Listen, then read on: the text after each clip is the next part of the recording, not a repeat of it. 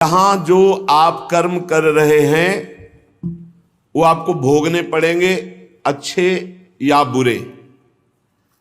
बिना भोग के ये नष्ट नहीं होते। एकमात्र उपाय है, जैसे आपको वकीलों के द्वारा प्रमाणित कर दिया गया कि यहां के वकील हैं चित्रगुप्त, पूरी सीन सहित आपकी चेष्टाओं को अंकित किया जाता है, वो आपके मन में है, आगे प्रसंग आएगा। और जज हैं यमराज धर्मराज जी, और दंड अधिकारी हैं यमदूत, और दंड विधान जहां होता उसे कहते हैं नरक।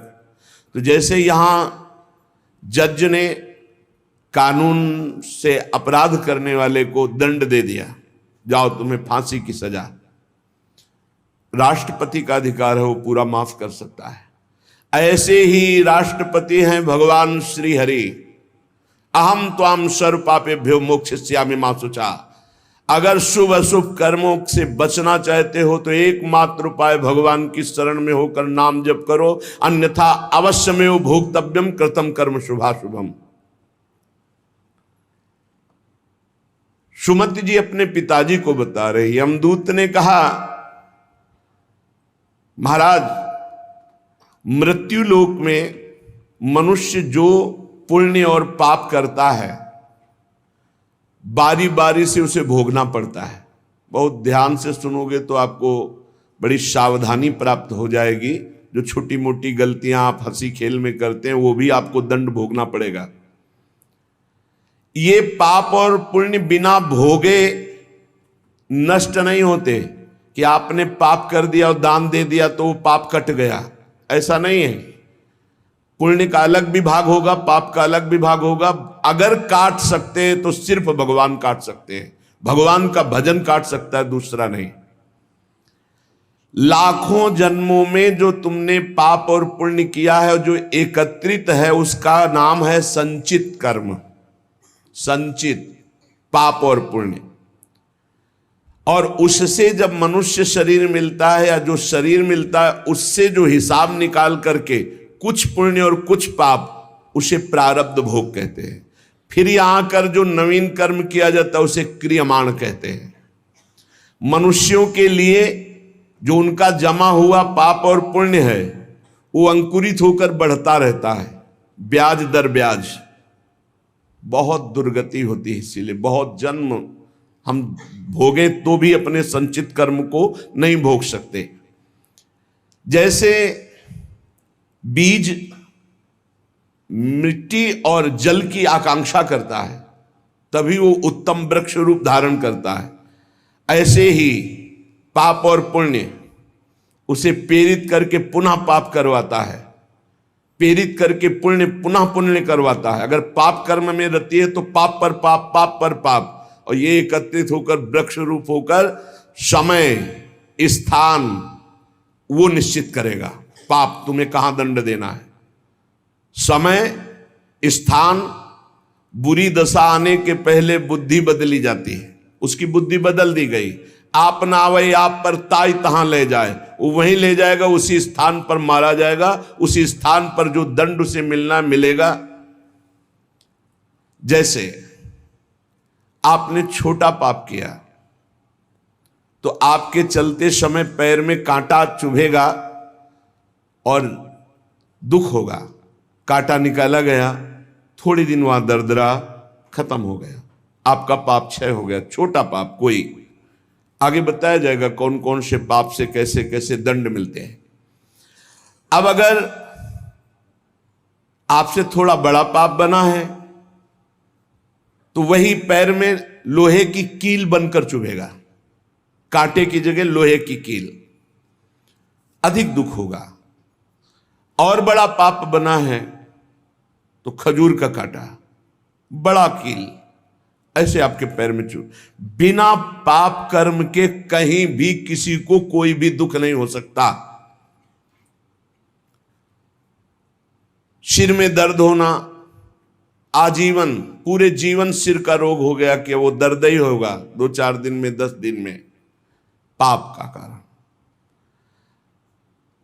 अपथ्य भोजन, सर्दी सहन न होना, गर्मी सहन न होना, हर समय हृदय जलते रहना पाप का लक्षण। भिन्न भिन्न पाप भिन्न भिन्न प्रकार के दुख देते हैं दीर्घ काल तक। शस्त्र और अग्नि आदि का भय ये पाप के कारण होता है। अनेक जन्मों के संचित पाप, कोई इसी जन्म के केवल नहीं है, वो केवल मंडराते रहते हैं आकाश में दंड देने के लिए, समय इंतजार करते हैं। जैसे नरक में पड़े हुए जीव तुम देख रहे हो, घोर पाप का फल भोग रहे, केवल दिखाया गया था नरक। जानते हो किस बात से? कल याद होगा, सुमति जी ने पानी पीने जाने वाली गौओं को वैश्य कुल में 7वें जन्म में जन्मे जब थे, तो उन्होंने उनको नहीं पीने दिया। इसके अपराध से उनको नरक दिखाया गया था। तो वो यमदूतों से प्रश्न करते जाते हैं और उनका उत्तर यमदूत देते जाते हैं। ये जो तुम देख रहे हो तड़पते हुए जीवों को नरक में, महापापी लोग हैं, अपने पाप का फल भोग रहे हैं। जब कोई पुण्यात्मा होता है तो स्वर्गलोक में जाता है, देवताओं के साथ रहता है, गंधर्व उसका गुणगान करते हैं, अप्सराओं का नाना प्रकार से सुख उठाते हैं। और जब पुण्य भोग क्षीण हो जाता है तो फिर यहां आकर के मनुष्य लोक में अपने कर्मानुसार जन्म लेते हैं। राजन, ये जो तुमने पूछा कि किस किस पाप से पापियों को कौन कौन सा नरक में दंड मिलता है, वो मैं बतला रहा हूं। जो नीच मनुष्य कामना और लोभ के वशीभूत होकर दूषित दृष्टि से हर स्त्री को भोग भाव से देखता है, जिसको देखता है बस काम भाव से देखता है। बोले जो दुष्ट दूषित भाव से माताओं बहनों को भोग दृष्टि से देखता है, तो यहां बड़ी बड़ी चोंच वाले वज्र के समान जिनकी चोंच ऐसे गिद्ध बार बार हजारों वर्ष उनकी आंखों को नोचते और खाते रहते हैं। वो आंखें बार बार होती रहती हैं, बार बार निकालते। यही वहां है कि मरना नहीं है। उनकी दोनों आंखों को वज्र तुल्य नरक के पंछी बार बार निकालते हैं और खाते हैं, और उनके पुनः नए नए नेत्र उत्पन्न हो जाते हैं। इस पापी को पलक झपकने तक के लिए विश्राम नहीं मिलता, निमिष तक के लिए कि थोड़ा चैन मिल जाए, महान दुख होता रहता है। हजारों वर्ष तक उसको इस नेत्र दर्द पीड़ा भोगनी पड़ती है। और फिर जब मृत्युलोक में जन्मता है तो नेत्र रोगी पैदा होता है। वो यहां पैदा होगा नेत्र रोगी, या नेत्र ही नहीं है या नेत्रों में दिखाई नहीं दे रहा, कई तरह के व्यवधान, जिन्होंने नेत्रों का दुरुपयोग किया। अब जिन लोगों ने, जिनको तुम देख रहे हो इनकी जबान काटी जाती, बार बार जबान नोची जाती है, ये वो लोग हैं जो शास्त्र का गलत उपदेश किए हैं, गलत अर्थ किए हैं, अपनी वासना की पूर्ति के लिए शास्त्र का गलत प्रयोग किए हैं, जो किसी को गलत सलाह दी है, तो इनकी जबान बार बार छोटे छोटे हिस्से में तलवार से काटी जाती है। शास्त्र का उल्टा अर्थ बताया, उसकी जबान को वहां हजारों वर्ष काटा जाता है। खिलवाड़ नहीं, प्रश्न उत्तर कर देना। अगर आपका उत्तर गलत है तो आप नरक जाएंगे। प्रश्नकर्ता तो आप पर श्रद्धा करके पूछ रहा है, और आपने मनमानी उत्तर दे दिया और वैसा आचरण कर दिया तो उसको पाप नहीं लगेगा, पाप आपको लगेगा, क्योंकि आपने आदेश किया है और आपकी दुर्गति हो जाएगी। इसीलिए अनाधिकारी को जब जनक जी महाराज विदेह राज ने पूछा, निमि जी ने नवयोगेश्वरों से कि मैंने यही प्रश्न कर्म के विषय में सनकादि से पूछा था, वो मौन थे, कोई उत्तर नहीं दिया, क्यों? तो बोले उस समय आपका ज्ञान जागृत नहीं हुआ था, आप उस समय अनाधिकारी थे, कर्म का बड़ा सूक्ष्म विषय होता है, इसीलिए मौन थे। ऐसा नहीं कि हर प्रश्न का उत्तर फटाक से दे दे, और वो गलत है अगर उत्तर तो शास्त्र सम्मत नहीं है तो उत्तर देने वाले को नरक का दंड मिलेगा, उसकी जबान हजारों वर्ष वहां काटी जाएगी। जो शास्त्र का गलत अर्थ करता है, जो शास्त्र को अपनी वासना पूर्ति के लिए घुमा करके बोलता है, जो किसी को बुरी सलाह देता है, उसकी जबान यहां काटी जाती, जो देख रहे हो।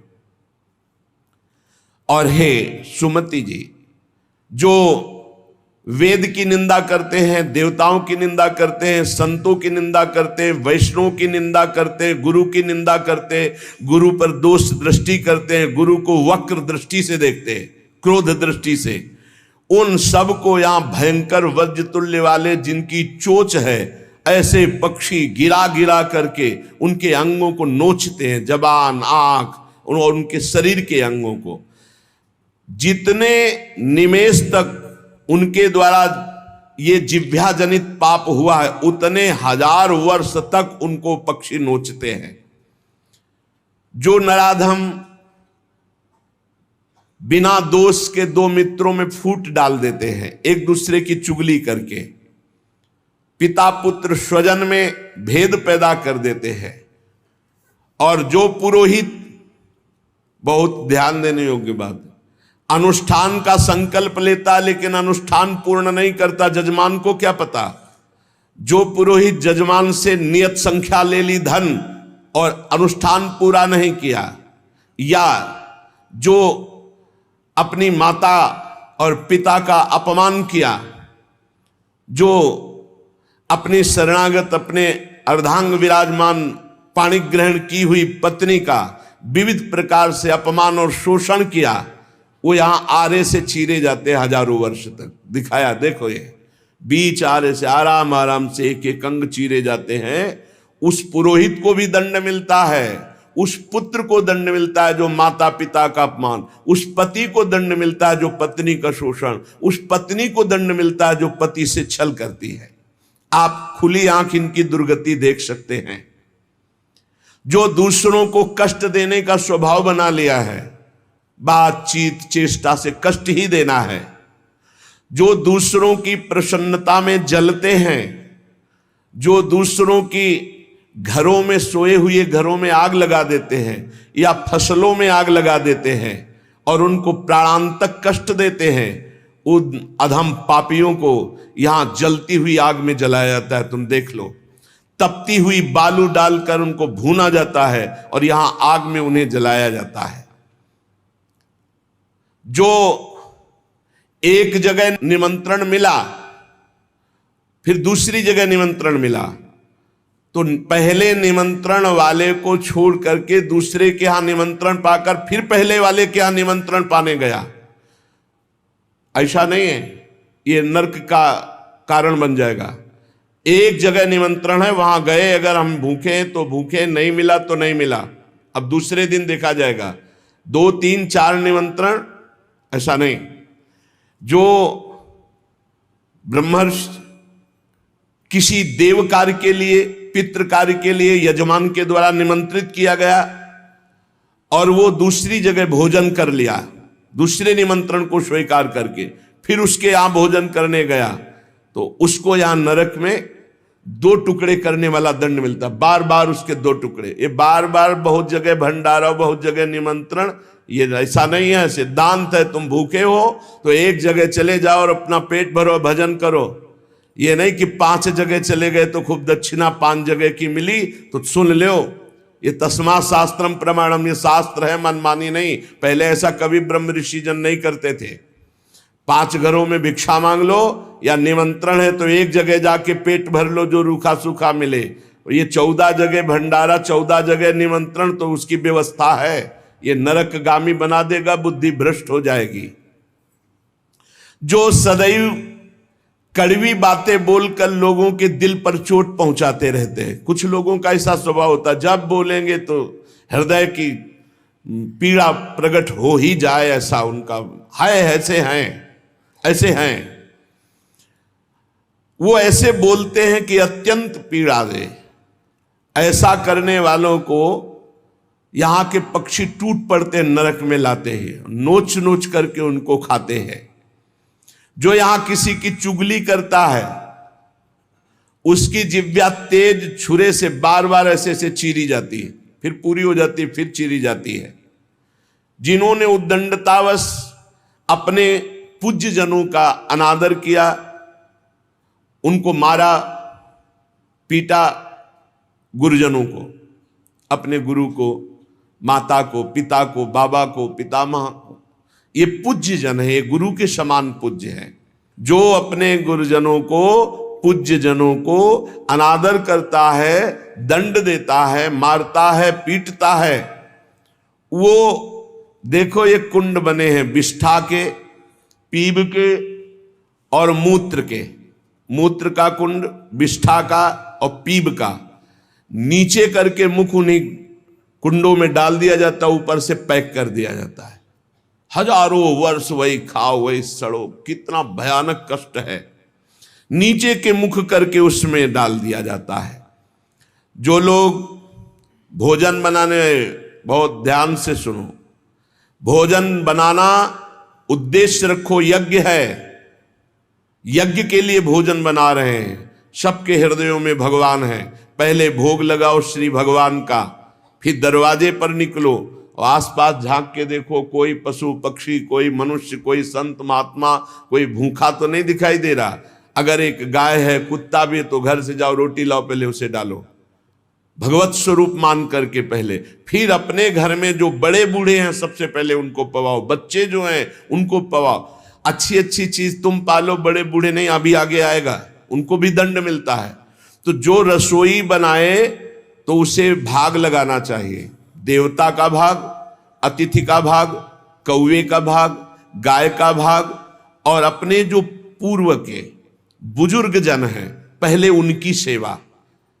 अच्छा, जो भी रसोई बने, भगवान का भोग लगाया, दरवाजे तक गए, अतिथि को देखा, एक गौ के लिए ग्रास निकाला, एक कौवा पक्षी आदि के, जरूर जरूर ये नहीं निकालोगे तो पाप है। गीता जी में कहा जो अपने लिए पका के पाता है वो पाप पाता है।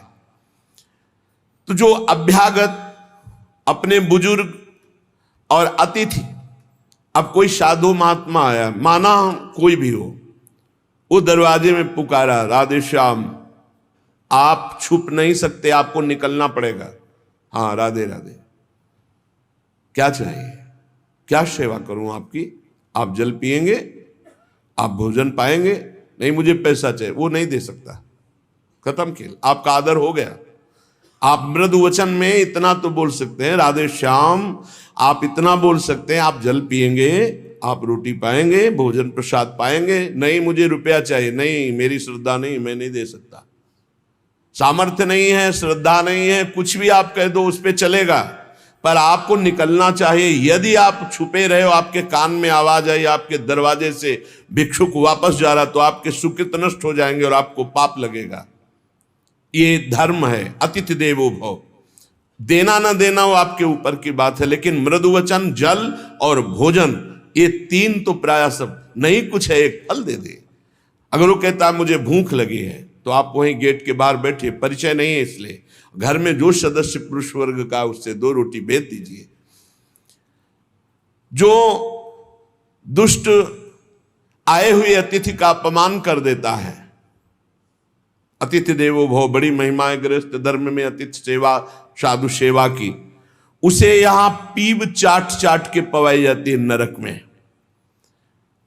उनका बुरा हाल होता है, बहुत सावधान है। इसीलिए धर्मात्मा पुरुष एक एक कार्य को बहुत धर्मपूर्वक, जो यहां दूसरे के भाग का अपहरण कर लेते हैं, पंगत में एक ही भोजन चलना चाहिए, ऐसा नहीं छुपा होना चाहिए कि 10 लोगों को और 10 लोगों को और। घर में ऐसा छुपाव नहीं होना चाहिए कि बूढ़ा बुढ़िया के लिए सूखी रोटी दाल और आप गर्मा गर्म हलवा और अच्छे अच्छे पदार्थ पा रहे हो। जो ऐसा भेद करके भोजन करता है, मुखिया मुख सो चाहिए, खान पान सो एक। जिसके घर में समर्पित नौकर हैं उनको भी वही भोजन पवाओ जो तुम पाते हो। ऐसा नहीं हो सकता कि तुम बढ़िया बढ़िया और फिर निकृष्ट भोजन उसको, ये तुम्हारा पाप बन रहा है। सबके हृदय में भगवान है, भोजन वही, तुम भले बचा खुचा पालो, घर के मालिक हो, लेकिन सेवकों को, बालकों को, वृद्धजनों को, अतिथि जनों को भरपूर। ये धर्म का ज्ञान अगर नहीं है तो फिर कह रहे हैं कि शरीर बड़ा भयानक मिलता है और मुंह सुई की नोक के बराबर होता है। अब वो इतना भूख से व्याकुल होता है पर उसको खाने को क्या मिलेगा? वही गंदी चीज और सुई की नोक के, और हाथी जैसा शरीर, और भूख से वो तड़पता रहता है। ऐसा हजारों वर्ष नरक में मिलता है। जो लोग पंक्ति में ब्रह्म ऋषियों को, वैष्णवों को बैठाल दिया, जैसे कई कि अपने रिश्तेदार आए तो पुआ पूरी हलवा, और अगर साधु महात्मा आए तो हृदय में जलन हो रही है। ऐसा भक्त चरित्रों में पाया गया है कि भक्तजन आए तो देख करके जलन पैदा हो गई और कहा हम बीमार हैं, हमसे नहीं हो पाएगा। और जब उनका भाई आया तो पुआ खीर और सब चकाचक, तो भक्त आए तो उन्होंने कहा हमारे रिश्तेदार भक्त आए तो तुम्हारा शरीर दर्द कर रहा था, और जब तुम्हारे भाई आए तो बोले रिश्तेदार ऐसे चले जाएंगे? नहीं तो संत वैष्णव ऐसे चले जाएंगे। पूड़ी पुआ खीर सब संतों को पवाया, और जो खिचड़ी आज स्वयं बनाई थी वो पवाया उनके रिश्तेदारों। जो ब्रह्म ऋषियों को निमंत्रण करके, साधु वैष्णव को पंक्ति में बैठाल करके अपने लिए अच्छा भोजन, देखो बहुत सावधानी। हरिराम व्यास जी ने जब देखा उनकी पत्नी दूध परोस रही थी, उनके उसमें मलाई गिर गई तो नाराज हो गए और कहा ये पति है शरीर इसलिए मलाई गिरा दी, जाओ आज से सेवा से त्याग। हमारे पति ये संत जन है, संत जनों के आगे मलाई क्यों नहीं गिरी? दूध की मलाई हमारे आगे ही क्यों गिरी? क्योंकि हरिराम व्यास रूपी शरीर तुम्हारा पति है, इसलिए मैं तुम्हारा त्याग करता हूं, आज से सेवा में तुम्हारा अधिकार नहीं। यद्यप उनका ऐसा भाव नहीं, लेकिन कितने इसीलिए सावधान। अब अपने घर वालों के लिए अच्छे अच्छे लिए और संत महात्मा वैष्णव अतिथि के, तो बोले उसे दंड मिलता है, नरक में ला करके उसे विविध प्रकार से सताया जाता है। जब कोई अर्थार्थी शरणागत तुम्हारी शरण में आ जाए और तुम उसके साथ धोखा करो तो यहां भी दंड मिलेगा और वहां भी दंड मिलेगा। एक पूज्य भाई जी से हनुमान प्रसाद पोद्दार जी ने घटना लिखी कि मैं नाम खोल करके नहीं कहूंगा क्योंकि उनके पारिवारिक जनों को दुख होगा। मेरे परिचय के थे भाई जी महाराज के, मेरे परिचय के थे, गांव भी लिखा है, गांव का नाम भी लिखा है कि वो मेरे परिचय के थे और दो भाई थे। उनमें से किसानी का कार्य होता था। किसानी के बहुत पुरानी घटना नहीं है भाई जी महाराज कह रहे, कुछ वर्ष की है, यह अक्षरशः सत्य है। ये कोई हम कथा नहीं कह रहे, हम जानबूझ करके पता नहीं दे रहे। मुझे जिला गांव सब पता है। वो कृषि कार्य करते थे, गृहस्थी का कार्य किसानी से पूरा होता था। उनके पास एक बैलों की जोड़ी बहुत सुंदर थी और एक बैल, दो भाई थे। एक दिन संध्या काल के समय जो व्यापारी थे बैलों के, उनको पता चला गांव में दो किसानों के पास बहुत सुंदर दो जोड़ी बैल हैं, एक जोड़ी से उनका काम चल सकता है, आप प्रयास करेंगे तो एक जोड़ी बेच देंगे। अर्थ है आपकी शरण में आया है तो आपको अपने प्राणों की बलि चाहे देनी पड़े, उसकी हानि नहीं होनी चाहिए, शरणागत की हानि नहीं होनी चाहिए। अगर हानि हो गई तो नारकी गति मिलेगी और यहां भी दंड मिलेगा तत्काल। ये महत पाप है, शरणागत का त्याग महत पाप है। अब वो दो व्यापारी थे, अब वो कई बैल खरीदना बेचना उनका काम था। वहां आए और उस समय 12,000 रुपए की जोड़ी तय की। उनको बहुत अर्थ लगा, 12,000 रुपए मिल रहे, दो से काम चला लेंगे, फिर गौवे हैं बछड़े हो जाएंगे, फिर काम चले। 12,000 रुपए ये देंगे और ये व्यापारी हैं तो उनके पास थैला भी था तो और भी रुपए होंगे। संध्या का समय था। व्यापारी ने कहा कल सुबह हम बैल लेकर चले जाएंगे, आज रात हम तुम्हारे यहां सो जाएं। रात्रि हो रही, उनके मन में तुरंत चलने लगा दोनों किसान भाइयों के। उन्होंने कहा हाँ हाँ बहुत आराम से खाइए पिए, आपका घर है। उनका आज रात्रि हम आपकी शरण में हैं, आप हमारे और हमारे धन की रक्षा कीजिए, कल सुबह हम 12,000 आपको देकर आपके बैल लेकर चले जाएंगे। अब एक तो अतिथि, दूसरे शरणागत। रात्रि में अच्छा भोजन पवाया और बारंडे में लिटा दिया। घर के बाहर चौपार होती थी, जिसे बारंडा कहा जाता है, उसे चौपार कहा जाता है। वो 8-9 बजे शयन कर गए। कहीं कहीं बरोठा कहा जाता है, कहीं बारंडा कहा जाता है, कहीं चौपार कही जाती है। अब दोनों ने अपनी पत्नी से विचार किया कि अगर इन दोनों को मार दिया जाए तो बैल भी नहीं जाएंगे, 12,000 तो मिलेंगे भी, और भी व्यापारी है, पैसा इसके पास है, बहुत आनंद रहेगा। ये भाव बिल्कुल नाशकारी, क्योंकि उस शरण में है तुम्हारी, वो अतिथि है, बिल्कुल। ये तो मतलब लोक परलोक तत्काल नष्ट कर देता है, तत्काल। इसे महत् पापों में कहते हैं। और महत् पाप तत्काल प्रभाव दिखाता है, तत्काल। वो ऐसा नहीं कि नरक जाओगे वो बाद की बात, तत्काल तुम्हें दंड देगा। ये महत् पाप तत्काल दंड देता है। उनके हृदय में हत्या करने का पूरा विचार बन गया, पाप भरी योजना। पत्नी उनकी सहयोगी हुई तो पत्नी ने कहा पहले लाश गाड़ने की व्यवस्था तो सोचो, घर में तो गाड़ी नहीं जा सकती। तो उनका हमारा खेत है बगल में गन्ने का, हम दोनों जा रहे हैं और एक ही गड्ढे में दोनों को दबा देंगे, इनके नाप का गड्ढा खोद के अभी आते हैं हम। वो अति शीघ्र गन्ने के खेत में जाके गन्ना काट के और गड्ढा खोदने लगे। दैव योग से एक पड़ोसी को सोच लगी, भगवान का विधान होता जाको राखे साइया मार सके न कोई। वो सोचा बगले में गन्ने का खेत है, यहीं निपट लेते। पहले शौचालय तो हुआ नहीं करते थे, गांव के बाहर खेतों में दूर जाना होता था।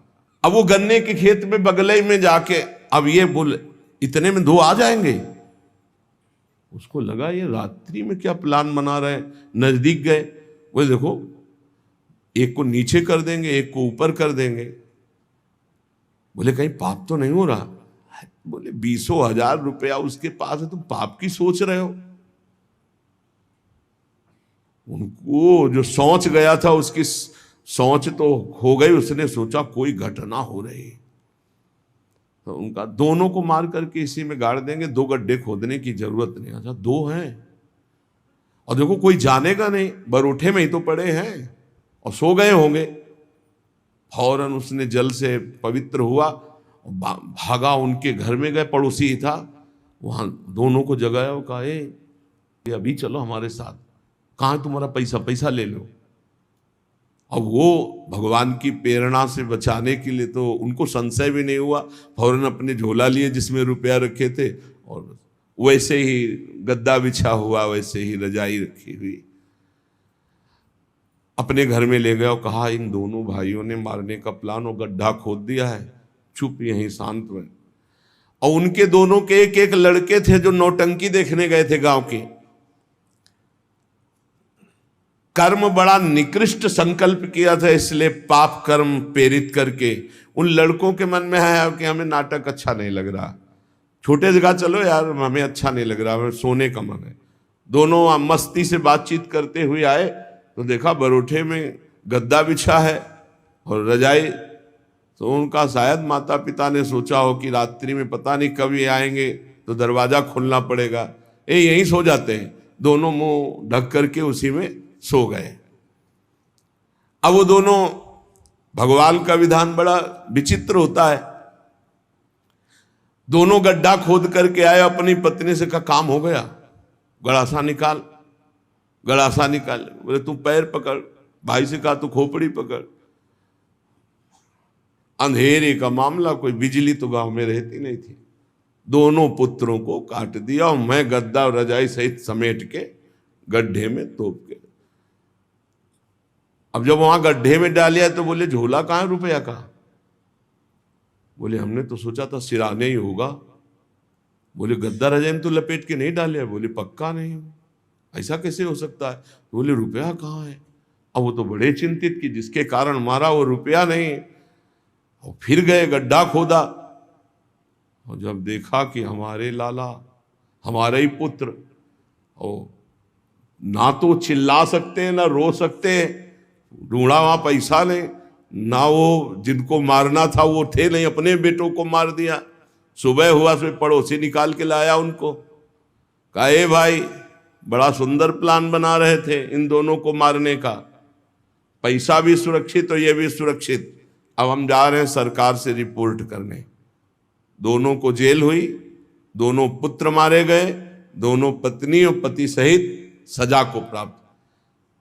अगर शरणागत है, कोई धन लिए हुए है, आपके समीप आया हुआ है और आप थोड़ा भी लालच करके उनका अहित करना चाहते हैं तो शरणागत का अहित सोचना मात्र अहित कर दिया, ये तो यहां दंड मिला, पूरा जीवन बर्बाद हो गया, पूरा जीवन बर्बाद हो गया।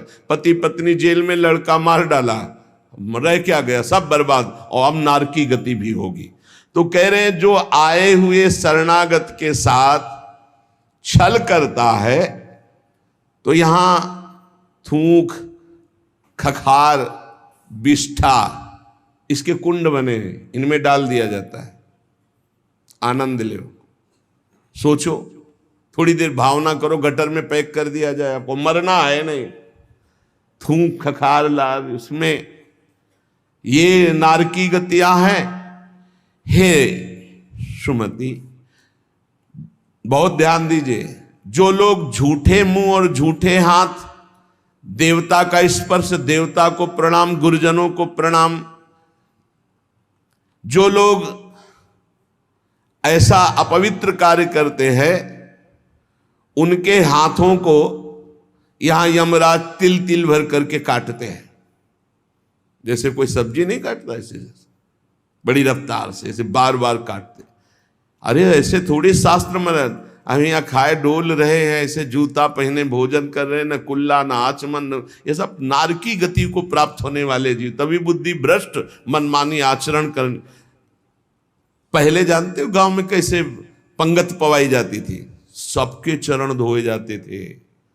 आप महाभारत में पढ़िए, राजसू यज्ञ में जितने राजा आए थे सबसे अग्र पूजा भगवान की हुई, लेकिन भगवान ने सेवा ली थी सबके चरण धोने की। कितना पवित्र व्यवहार था, शास्त्री, पट्टी बिछा दी, चरण धो दिए, हाथ धुलवाए, कुल्ला करवाए, सब बैठे, सबके तिलक पूजन, और सबका फिर वो पत्तल, दोना, सकोरा, ये पवित्र है। ये होटलों में जो खाते हैं ना, वहां रज लगा के थोड़ी धोते हैं, ऐसे मारा पानी पाइप से, बस वही रुमाल हजारों में फेर दी।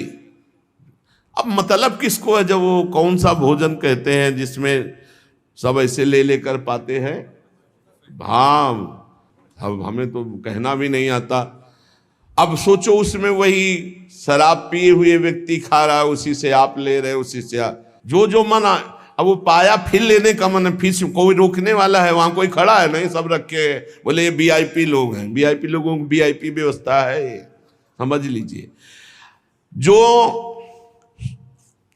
जूठे मुंह होकर के या भगवान सूर्य चंद्र की तरफ करके लघु शंका करते हैं, सूर्य उदय है, सूर्य भगवान की तरफ, चंद्र भगवान की तरफ, भगवत विग्रहों की तरफ लघु शंका करते हैं, तो उनके आंखों में आग का अंगार रखा जाता है, ऐसे बार बार चीखते जलते हैं। जो जेठ होकर अपने लघु भ्राता की पत्नी के साथ गलत, पिता होकर अपनी पुत्री के साथ, भाई होकर अपनी बहन के साथ, या गुरु पत्नी के, ऐसे लोगों को तपाई हुई लोहे की स्त्री के साथ बेड़ियों से, लोहे की ऐसे जंजीरों से जो जलती हुई, उसी में जकड़ दिया जाता है। बहुत तुम्हारी बुद्धि भ्रष्ट हुई थी, जो बहन बेटी और पवित्र संबंध भी नहीं तुम्हें दिखाई दिए, तो उसमें लपेट दिया। लोहे की स्थिति धधकती हुई आग, लोहे की जंजीरों से बांध दिया। त्राहिमाम पुकार रहा है, हजारों वर्ष बंधा रहे, मरना तो है नहीं। जकड़ दिया जाता, आग का अंगार आसो पास उसके रख दिया जाता है। उसके पूरे के पूरे शरीर में बार बार दाह आग होती है, चिल्लाता है। ऐसे नराधमों को यहां बहुत दंड दिया जाता है।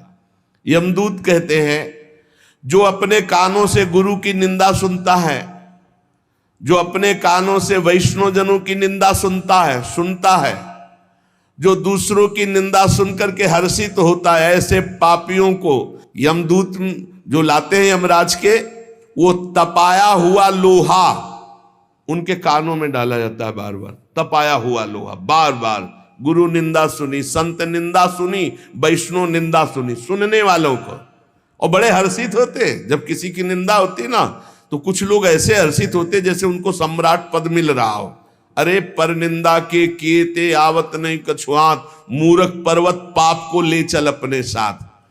यहां विलाप करते हैं, पर यहां यमदूत स्वयं कह रहे हैं, हम लोगों के हृदय में दया तनिक भी नहीं है, और क्रोधित होकर उनको और कष्ट देते हैं। जैसे वो विलाप करते हैं तो क्रोधित होकर और कष्ट देते हैं।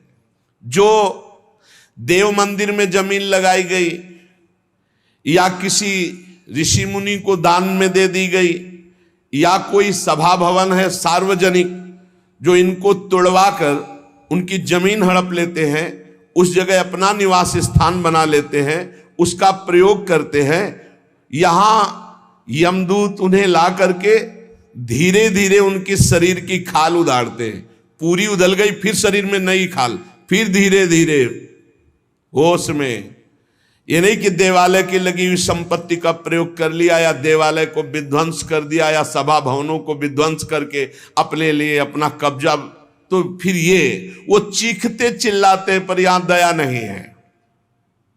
जो गौ के स्थान में, पवित्र स्थान में जल में मल त्याग करते हैं, जैसे नदी है, कोई सरोवर है, या गौशाला है, या देवालय है, उसकी सीमा में मल त्याग करते हैं। यहां के बड़े बड़े कौवे जिनकी लंबी चोंच होती, उनकी गुदा द्वार से आते खींचते हैं बार बार, बहुत होश में। ये शास्त्र सुने नहीं जाते, इसलिए मनमानी पापाचरण होते हैं। जो जहां मनाया वहां, जो अपनी कन्या को रकम दे के बेचते हैं, बेचना होता है कि हमको इतना, ऐसा एक से बेचा फिर दूसरे के साथ बेचा, उसको यहां लाया जाता है और उसके शरीर में बड़े बड़े घाव किए जाते हैं, और फिर नमक की नदी है, उस नदी में डाल दिया जाता है। वो मात क्लेशित हजारों वर्ष। जो मनुष्य विकट संपत्ति और वो समस्याई नष्ट हो गई, पुत्र, भ्रातृ, पत्नी, बंधुवर्ग और बुजुर्ग जन, किसी का त्याग कर देता है विपत्ति आने पर, और अपना पेट पालन करने लगता है, इनको छोड़ देता है। तो यहां हम लोगों में कुछ यमदूत ऐसे हैं जो बिल्कुल कर्कश होकर के उनके मांस को नोचते हैं और उसी के मुंह में डालते हैं, उसी को खवाते हैं, उसे खाना पड़ता है। जो मनुष्य अपने पुण्यों को यहां बेच देते हैं, उनकी बड़ी दुर्गति होती है। जैसे 1 घंटा नाम कीर्तन करेंगे 500 रुपया लेंगे, अमुक कार्य करेंगे अमुक रुपया लेंगे। जो अपने पुण्यों को बेच देते हैं, कई तरह से बेचना होता है, अब उनकी व्याख्या कहां तक करें। जो अपने पुण्य कार्यों का दाम लेते हैं, बेच देते हैं, वो पापी हैं, और उनको यहां चक्कियों में डाल के नरक में पीसा जाता है, जैसे आटा पीसा जाता है। बेचे ही वेद धर्म दुइले ही, ऐसा नहीं था।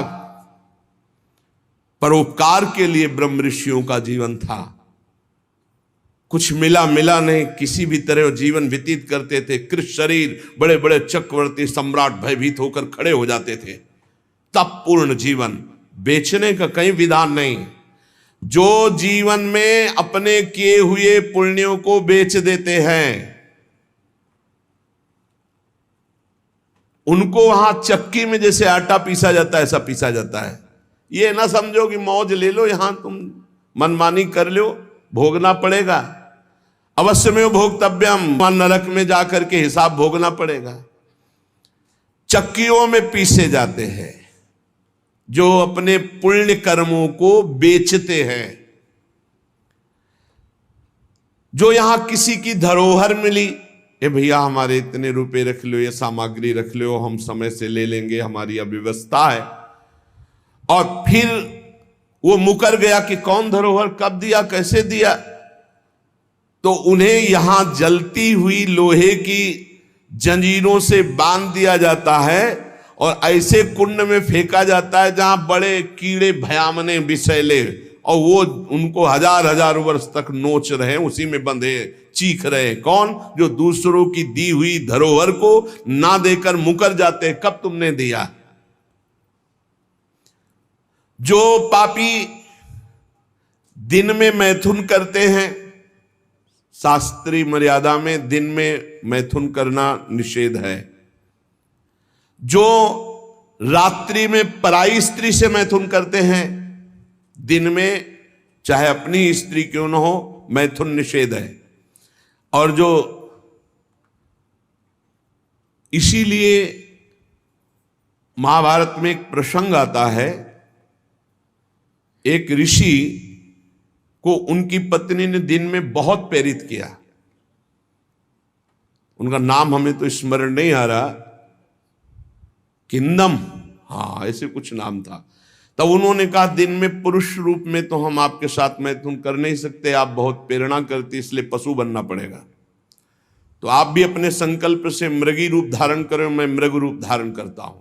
ऐसा ही हुआ, मृग रूप होकर के वो सहवास कर रहे थे। इतने में ही महाराज पांडु ने देखा तो उन्होंने बाण संधान कर दिया। अब जे ही बाण लगा तो मृग रूप तो हट गया ऋषि, और तब वो हा खाए कि मुझे नहीं पता था कि आप ऋषि है। ऐसा तो उन्होंने घटना बताई थी कि मेरी पत्नी विवश थी काम से, इसलिए मुझे पशु रूप धारण करना पड़ा, क्योंकि दिन में मनुष्य रूप से मैं तो नहीं किया जा सकता। जाओ, तुमने मुझे इस स्थिति में मारा है, अगर ऐसी स्थिति तुम्हारी हुई अपनी पत्नी के साथ तो तुम्हारे मृत्यु का योग हो जाएगा। मृत्यु का योग हो भी गया। तो जो दिन में अपनी स्त्री से या रात्रि में पराई स्त्री से, वो यहां पापी जन लाए जाते हैं। बहुत गहरा कुंड है जो खोपड़ी के बल उसमें छोड़े जाते हैं, और लोहे के बड़े बड़े नीचे कांटे लगे हुए हैं, पूरा बिंध जाते हैं। फिर निकाले गए, फिर फेंके। अरे भाई होश में, जैसी थरिवंश नरक गति दुर्भरियम द्वारे कटियत नक्षी के। और जो सदैव नई नई भोग प्रवृत्ति के लिए नवीन नवीन स्त्रियों को फंसाते रहते हैं और उनसे सहवास करते हैं, तो यहां एक बहुत बड़ा वृक्ष है सेमर का जैसा, और उसमें बहुत ही विषैले कांटे हैं। उस पापी को उसमें जबरदस्ती खींचा जाता है, बार बार नीचे बार बार ऊपर, करो आलिंगन। अधिक मात्रा में वो खून से लथपथ होकर, जहरीले कांटे लगने से व्याकुल होकर त्राहिमाम पुकारता है। जो लोग पराई स्त्रियों को फुसलाकर उनके सतीत्व को नष्ट करते हैं, जो लोग अपने धन के घमंड में आकर गुरुजनों को नीचा दिखाते हैं, जो लोग अपने गुरुजनों के प्रति रोष दृष्टि रखते हैं, उनको यहां लाकर जैसे चटनी पीसी जाती शिला में, ऐसे बड़ी बड़ी शिलाओं से उनको पीसा जाता है। यमदूत सुमति जी को बता रहे हैं, और वो बहुत कष्ट पाता है। ये यमलोक बड़ा दुखमय है, दिन रात यहां व्यथा ही व्यथा है। जो जल में मूत्रते हैं, कुल्ला करते हैं, थूकते हैं, बिष्ठा करके सोचते हैं, बोले ऐसे लोगों को यहां थूक, विष्ठा और मूत्र से भरे हुए दुर्गंध युक्त नरक के कुंडों में डाला जाता है। अरे ऐसा थोड़ी साष्टांग दंडवत करो यमुना जी गंगा जी में और अपने घर से शौच आदि क्रिया करके। यदि नहीं ऐसा तो पात्र में लो और जल पियो पहले, और फिर दूर जा करके बहुत दूर शौच आदि होकर मिट्टी से ही हाथ और सब पात्र मार्जन करके फिर आओ, फिर पात्र मार्जन करो, फिर जल लो और दूर जा करके कुल्ला। ऐसे पवित्र जैसे गंगा किनारे भ्रमण करने वाले संत जन हैं तो सारी दिनचर्या गंगा जी से होती, पर बड़ी सावधानी से होती। ऐसा थोड़ी कि शौच लिया जाकर गंगा जी, ऐसा नहीं।